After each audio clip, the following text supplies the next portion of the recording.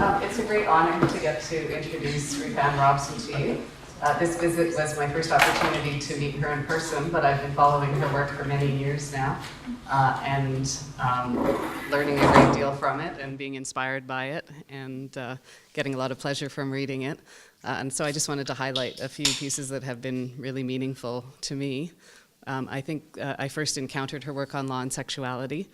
I think the very first piece that I read was an article titled Lesbian Jurisprudence that was published in the journal Law and Inequality in 1990, and it just broke open my whole idea of what legal scholarship could be.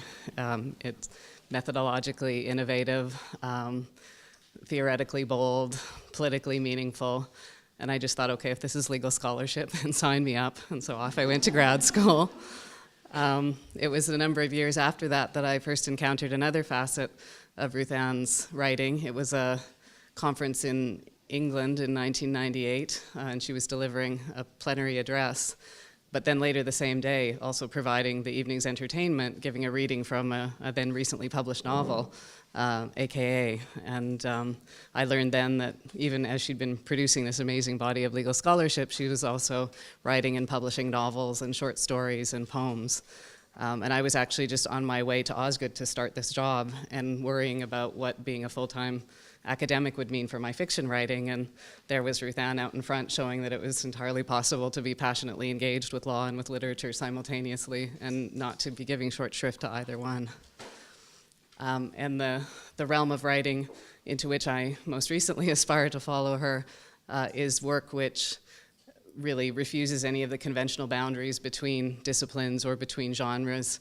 I'm thinking of articles like Notes on a Difficult Case, which I know many of you have read, which is an essay about not suing for malpractice, which is grounded in deep legal knowledge but uses literary techniques to tell stories that reach well beyond an academic audience and which provokes, well, it's moving writing, and it provokes sometimes humor and outrage, and as such is just incredibly effective advocacy.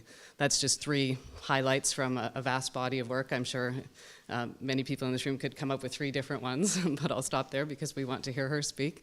We're here to celebrate the latest entry into her amazing body of work, which is her latest book, Dressing Constitutionally, and I can't wait to hear what she has to say about it. Thanks, Ruthann. Welcome.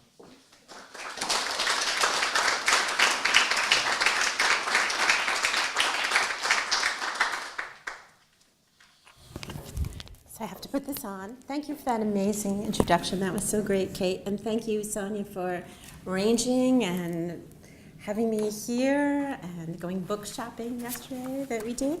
And so if someone would have said I would be writing about clothes, I would have thought, no.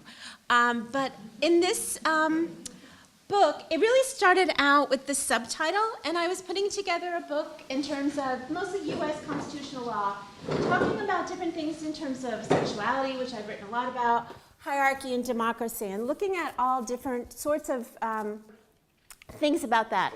And I had put together a book based on my previous articles and, kind of was ready to go with it.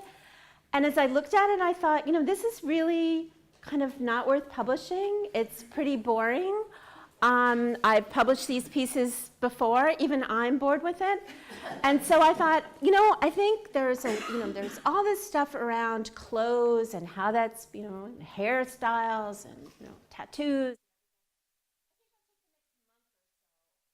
Completely rewrite this book into something else. Well, it didn't quite take a month. Let me just say that. And in thinking about the kind of topics, these are the ones that I finally came up with. And these are really the chapters. And so I thought I'd really just run through all of the chapters and give you kind of a flavor of both the things that are in there and also the way I approach them. And at one point there were like 13 chapters. I really wanted a chapter on dressing cruelly, which was some about leather and animals and S&M and all that stuff, but I kind of put that in different places. So the first chapter is dressing historically, and the Magna Carta, right? I went back there, right? So 1215, I found this passage, And I was just like really, really thrilled. I thought, okay, so from the beginning of English invention of rights and how we think about things, there are things about textiles. And I thought that was meaningful. Of course, I didn't quite know what it meant, because as I read it, I realized I really didn't know what russet or haberjet was, and I was only a little bit clear about L's within selvages. So it took me quite a bit of time to write about the historical parts. And again, my preoccupation really was with constitutionalism, right? And really thinking about inventing of constitutional frameworks and thinking about those things. So it wasn't just in terms of the laws. And so when I went back and did English historical research, which I must say I did not feel very prepared for, there were obviously the sumptuary laws, which had to do with who could wear what and all of those sorts of things. But they really were, in addition to being based on hierarchy, really were about economy as well. Thinking about the differences between proclamations and acts of parliaments, all of those different kinds of constitutional structures that we think about. Lots and lots of things about wool and building empire through wool as a product, and then mandating that people wear wool. One of my favorite little laws here was the death penalty for sheepdogs who killed a sheep. Used to have a sheepdog. Okay. Branding and badging, and so I thought a lot about kind of extensions of clothes and badging the poor, which many people have done work on, as well as branding people, right? And the English branded people as slaves. And then thinking about empire in terms of clothes and how the British, as they were kind of becoming the British, thought about different people in their lands, right? Their lands. So there are really two big ones that kind of come up. One were the Irish, and there were a lot of laws about Irish hairstyles and thinking about that. And that was important because if you killed someone, you would want to know if they were an Irish person that you had killed or if they were an Englishman, because the penalties would be different. And then plaid, which actually the statute does talk about plaid and not just tartan, and criminalizing that, right? Criminalizing the wearing of plaid because it was about rebellion, right? The Highlands Rebellion. And if you were caught twice wearing certain different kinds of plaids, you could be deported to what they called British America.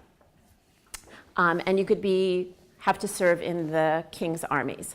So I really took it then to the United States because that's where I'm working, and really kind of then looked at texts. And these were texts that I was somewhat familiar with, but now we're really looking in terms of clothes.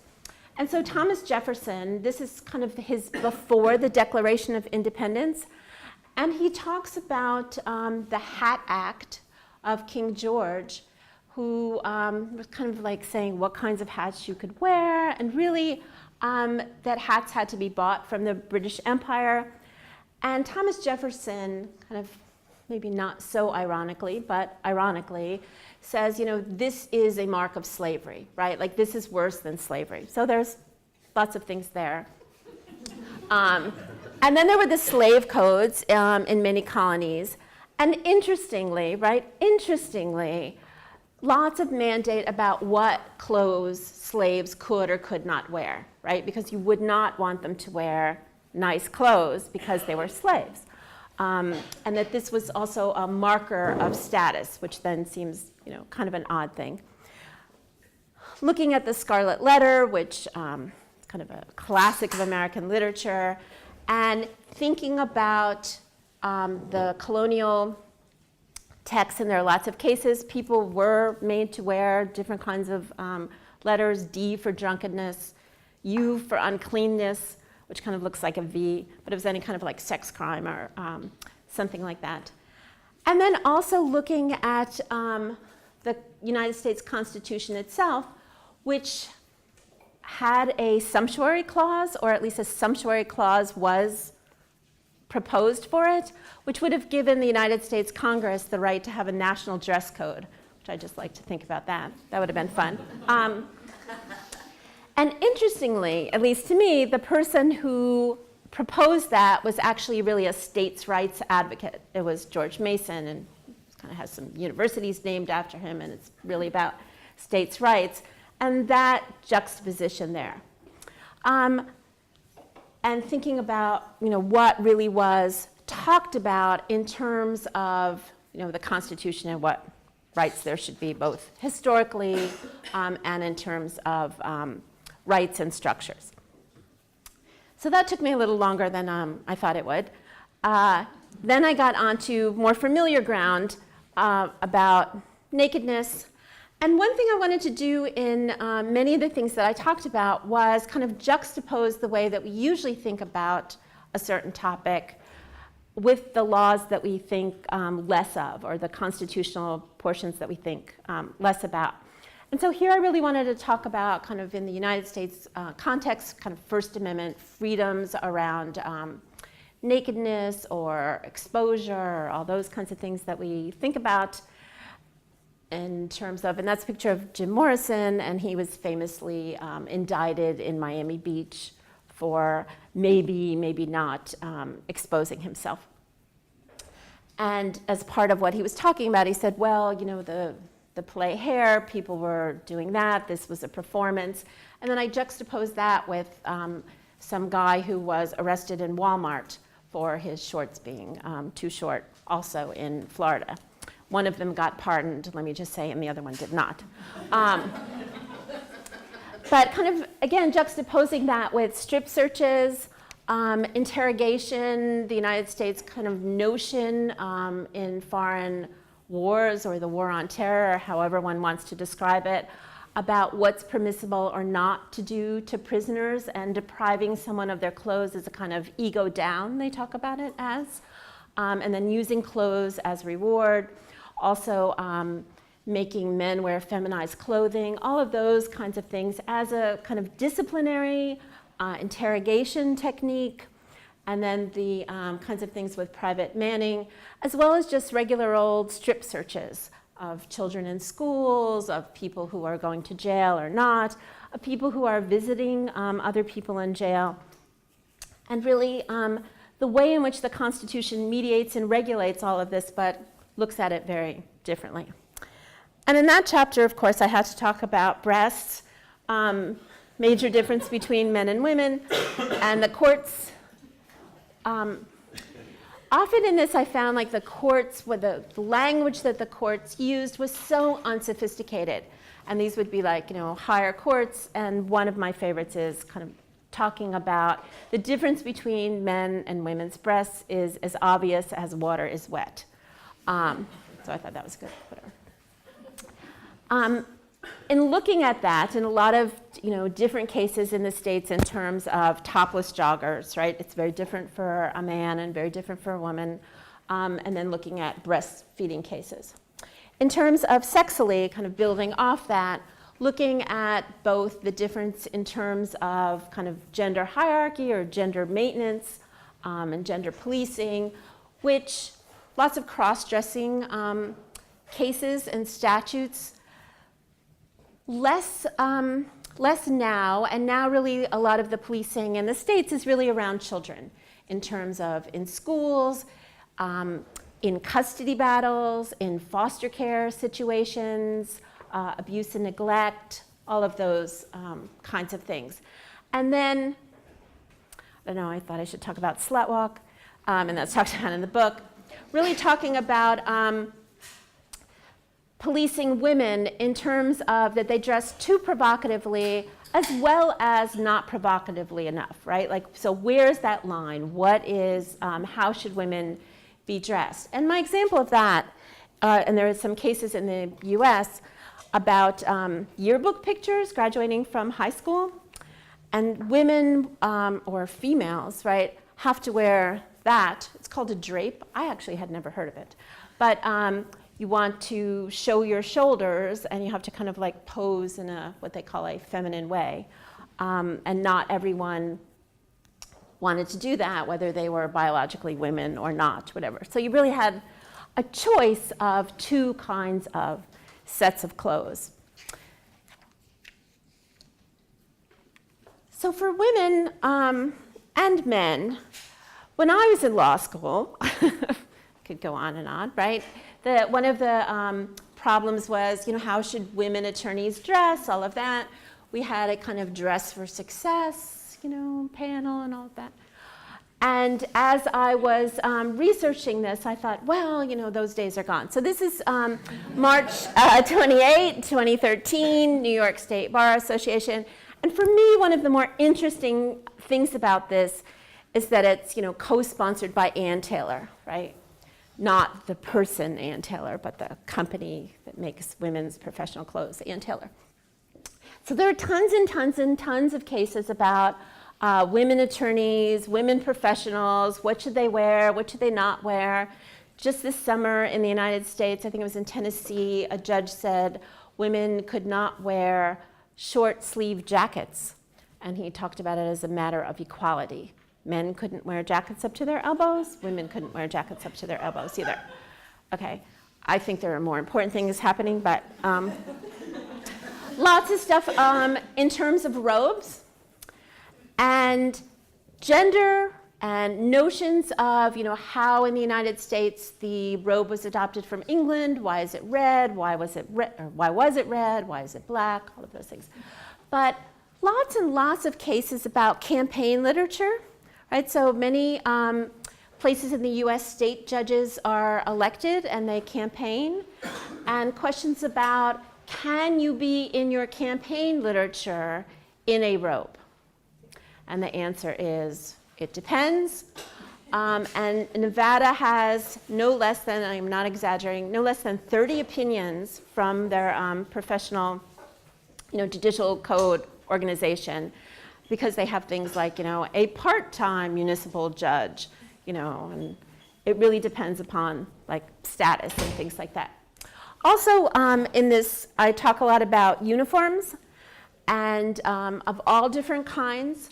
In the United States Constitution, one of the first amendments to the Constitution after the Bill of Rights is the 11th Amendment, and it really had to do with Revolutionary War debts that had to do with uniforms, right? But the usual policing that we think in terms of uniforms has to do with, how uniform does the uniform have to be? What is a uniform?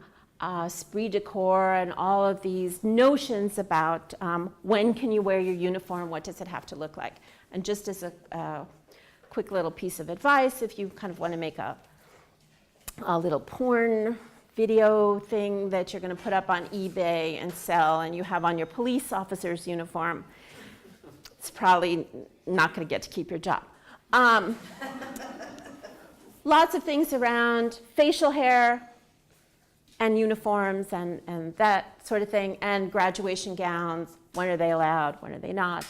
And then this mixing of private employment in here. So the book is primarily about constitutional law, but in the United States, Title VII is our statute that regulates private employers. And there I talk about some of that, but then also the constitutional pushback on that, mainly by private employers who say, but these are our rights, not to have to meet civil rights sorts of codes about gendering our employees or degendering our employees. And they really talk so much about branding, right? That employees can be branded. And the discourse on this is just right out there, right? Like you are representing, you are a brand of your employer. So when I got to dressing disruptively, and some of this comes from a famous United States Supreme Court case, which is Tinker, which has to do with black armbands in 1968. And the court there adopts the dressing disruptively language from cases that were about civil rights and students wearing buttons, vote buttons basically, to class. And the court there says, that students should not be able to dress in a way that disrupts the educational process. And that language of disruption really has permeated so much.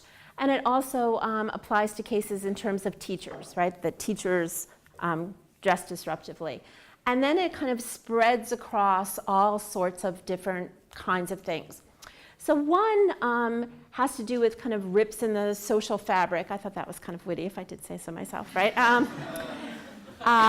Saggy pants, right? Lots of cases in the US kind of going in different ways. And you can see how racialized, as well as how much it is about youth in terms of trying to police that, not only in schools, but in municipal ordinances that say, like, no saggy pants, all of those sorts of things.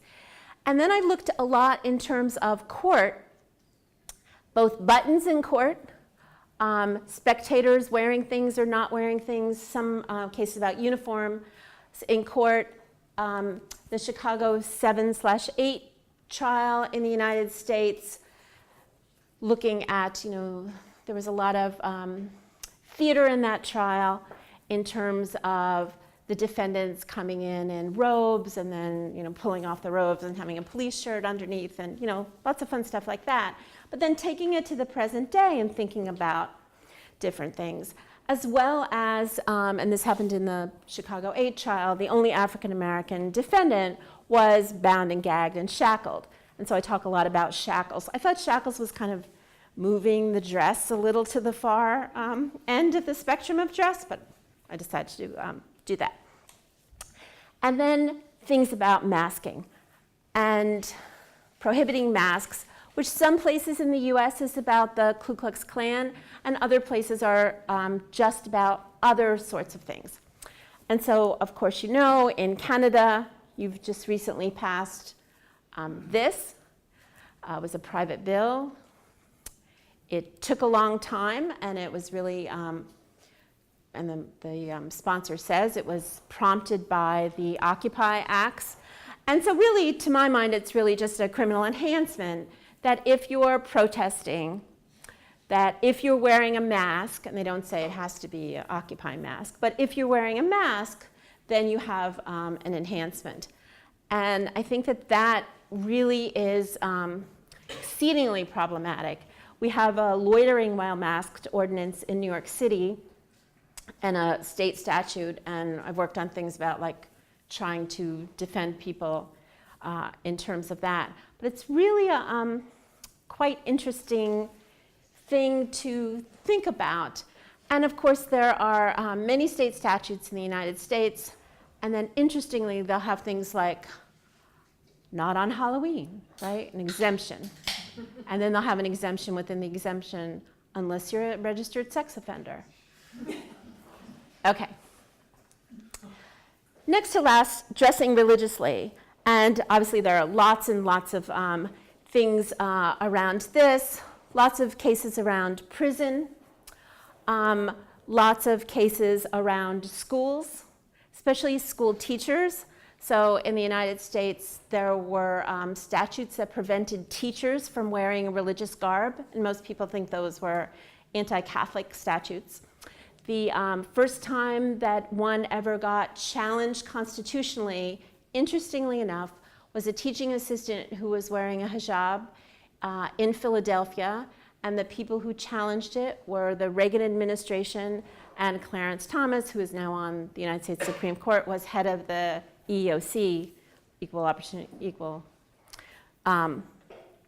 that point, and they kind of took that on.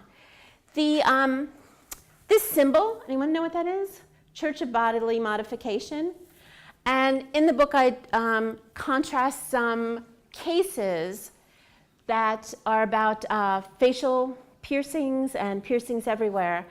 And it really points out, at least to me, kind of the difference between religion and not, right? So that if a student has facial piercings and can say, I belong to this church, and the court recognizes that church, then that would be fine, and the dress code would not be applied to them. If the student does not have kind of access to that church, then the student can be disciplined. And it's really like the same act. So I think there's some interesting things about that. And then, of course, there's this. And my favorite comment is, do you mean that we're going to start measuring how big things can be? Doesn't that take us back to the time that they measured women's skirts, and no one does that anymore? I always want to say, well, actually, in the United States, there are people who still do that. But, and the very notion of, like what's unobtrusive, what's exotic. There are lots of prison regulations that say no exotic hairstyles. I mean, I think kind of says it all. And then I wasn't going to talk about NS because I know all of you are into that and know all about that. But I was going to talk about this case that was decided, I think, last week by a lower court judge in Great Britain. And interestingly, here the person who is wearing a niqab is the defendant. But for at least my thinking about it, it's not so much the divide between religion and not. He talks a lot about, like, well, what about dress in general, right? And that it really is almost in this way, although there's some religious examples there, right, kind of abstracted from religion and really talking about dress. Like, what if someone, had a T-shirt with an obscene, racist, or offensive logo? And there are a lot of cases in the U.S. context where that's the Confederate flag. So my last chapter, and the one that kind of gets talked about the least when I do interviews, except interestingly, at least to me, I do like interviews with fashion people, so I never thought I'd be doing that, so that's one thing. And that's really the economics, and thinking about how the Constitution has shaped those economics in the US and elsewhere.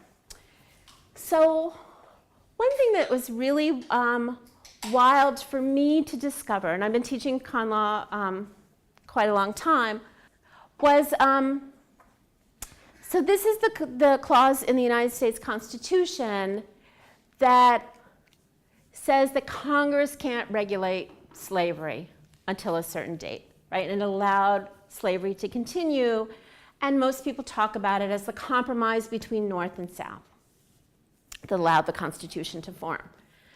And one of the ways that people talk about it is that Northern abolitionists really did believe that slavery would wither away. And I always thought that was the craziest thing I had ever heard in my entire life.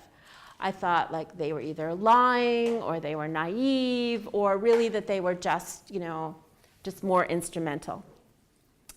And in doing this work, I've come to think that was not a crazy view.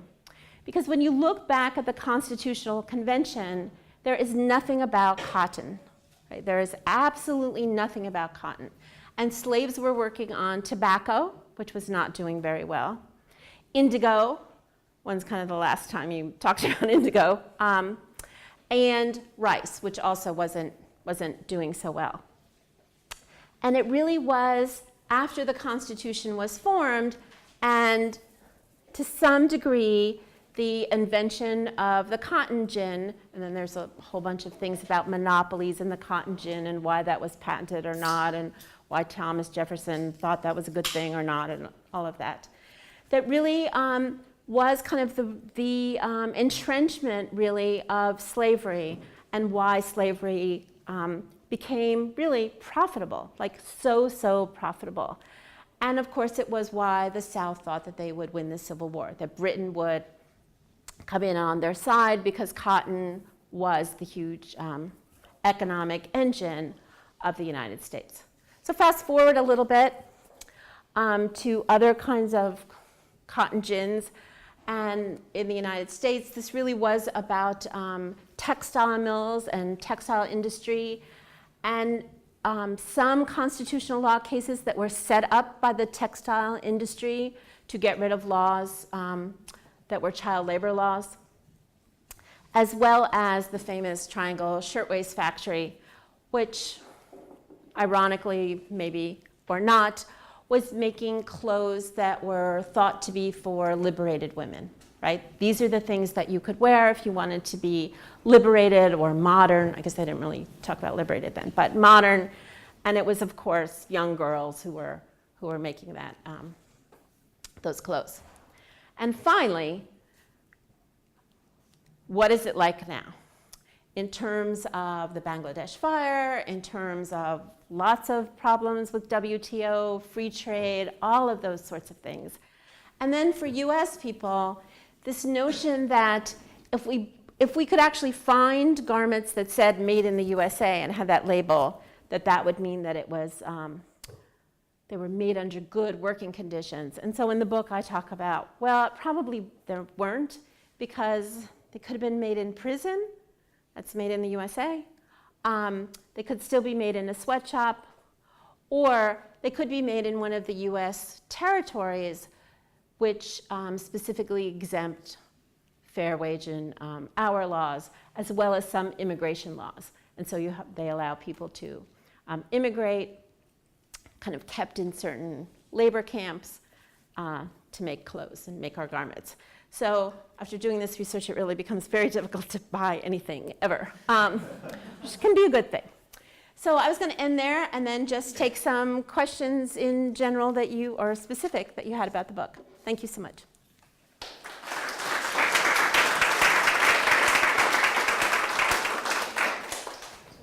Thank you, Ruthann. It looks very interesting. But I wondered if you could just explain a little bit more just what your basic thesis is. Is it that it's the Constitution that's actually sort of determining modes of dress in certain situations? I wasn't quite sure. So in terms of the thesis, what I really was talking about was that, and I have a couple, right? So I was never really able to distill it to like, here's my basic argument, right? So one argument is that we think that we have complete freedom of what to wear, and we don't. The US Constitution mediates some of that.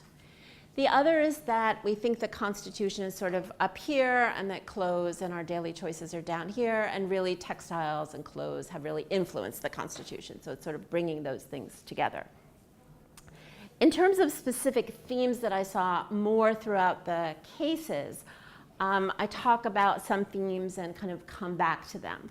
One is, and I referred to this a little bit, has to do with the way in which judges talk about clothes and think about them, right? So there's lots of accusations of, they're in an ivory tower. You see this a lot in dress code cases, and that they don't know what's going on.